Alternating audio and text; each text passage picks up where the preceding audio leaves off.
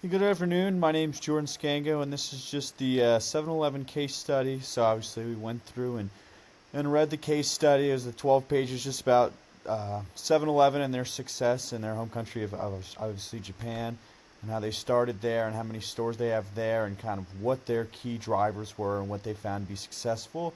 And then we're going to talk later in this into how they have expanded in the U.S. and how they can continue into the U.S., making it the second biggest market. Um, so to start,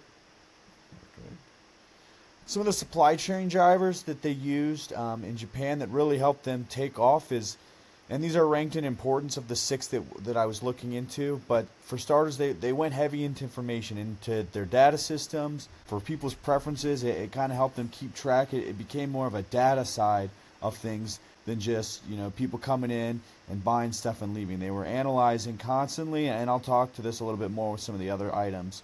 But just focusing on that data and that point of sale system, as well as their facilities. They co-located lots together in big cities, big hubs. There'd be 50 that are right around each other in closely, densely populated areas. They worked with inventory.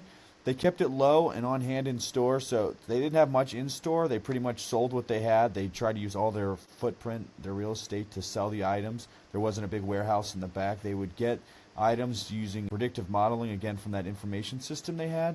But it wasn't like some of these stores you see, especially here in the U.S., that are so just big in the back with warehouses, just tons of stock on hand. For the transportation, they use frequent deliveries from these trucks. Again, they have so little inventory in store that they had to have these constant delivery trucks coming and dropping off product that could be fresh, and there's nowhere to store it in-house. They worked to get their vendors and stuff would be closely located to their distribution. That allowed the connection between the suppliers to be strengthened, but also just that makes it easy sourcing and small batch sourcing as well. And lastly, for pricing was the last factor. Obviously, price is important, but to them, this was almost one of the lower ones. They wanted to work just to keep prices low and stable. It was consistent, so it eliminated the spikes of the big mega sales or whatever. So those were kind of the big drivers they had used. And in doing so, it really helped them to grow. And they noticed their sales, like year over year, they grew exponentially. A lot more stores were out there. So then they're looking to apply this model elsewhere, and obviously in the U.S. And I'll talk on the third slide some kind of strategies they've employed and some ones they can further use to penetrate further in the U.S. market. Some other companies that use specific drivers, kind of how we just talked to 7-Eleven, that I could think of, were Walmart and Sam's Club, obviously owned by the Walton family, the same company. But they use shared warehouses and trucks, so that eliminates, some routes, because they can drop off a truck delivers from one to the other. There could be another en route. It's successful for that.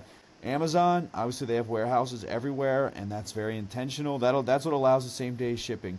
If they just had a few different hubs, like say in just a big city like Nashville, if they just had like one or two, they can't just deliver all over town. But instead, they have probably 8 or 10 that are just in every little suburb of Nashville warehouse that just allows them to be able to distribute that instantly. And another one that's maybe not as common that I've seen, but a specific driver, is the bread company outlets. They kind of use their facilities in a big way of, they have the warehouse where they get the bread and they ship it out to the stores, but they also, because they have that footprint in the front of these stores, they'll have a spot where they sell the breads at a super discount, obviously very low price. That's come into play. Just because they're already there, they have it there as a warehouse, and allows people to come in, and they work to track how that works.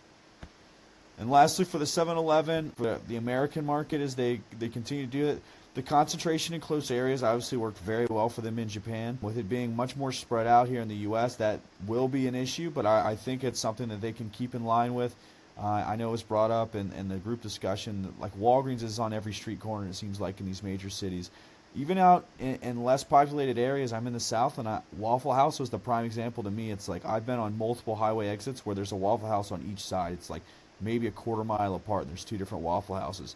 It just shows that something like this can work. Their system can work. Fresh, healthy food, those options they have, obviously with the whole Make America Healthy Again kind of trend, and just people trending in the more healthy direction, less preservatives and fake food, that if they do that, as well as just for the convenient and the price point. I know if you go out for lunch and work, you don't have a ton of time. You don't want to go somewhere that's a sit down. You don't have 20 minutes to just wait.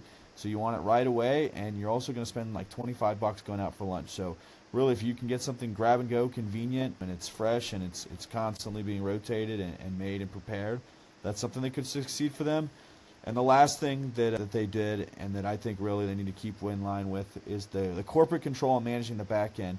The owners are in charge of it was the hiring, the kind of the simple stuff for the store, but the corporate managed all the back end, all the point of sale stuff, all the marketing, all that stuff was them. And it makes me think of Chick-fil-A, how they have all the success, and it's like the owner operator really just runs it in the day to day. And look how successful they've been in America. So I think if they keep doing, the 7-Eleven keeps doing what they've done, those big three things over in the international market, and they kind of really hit those here in the U.S. market, it can lead to more success.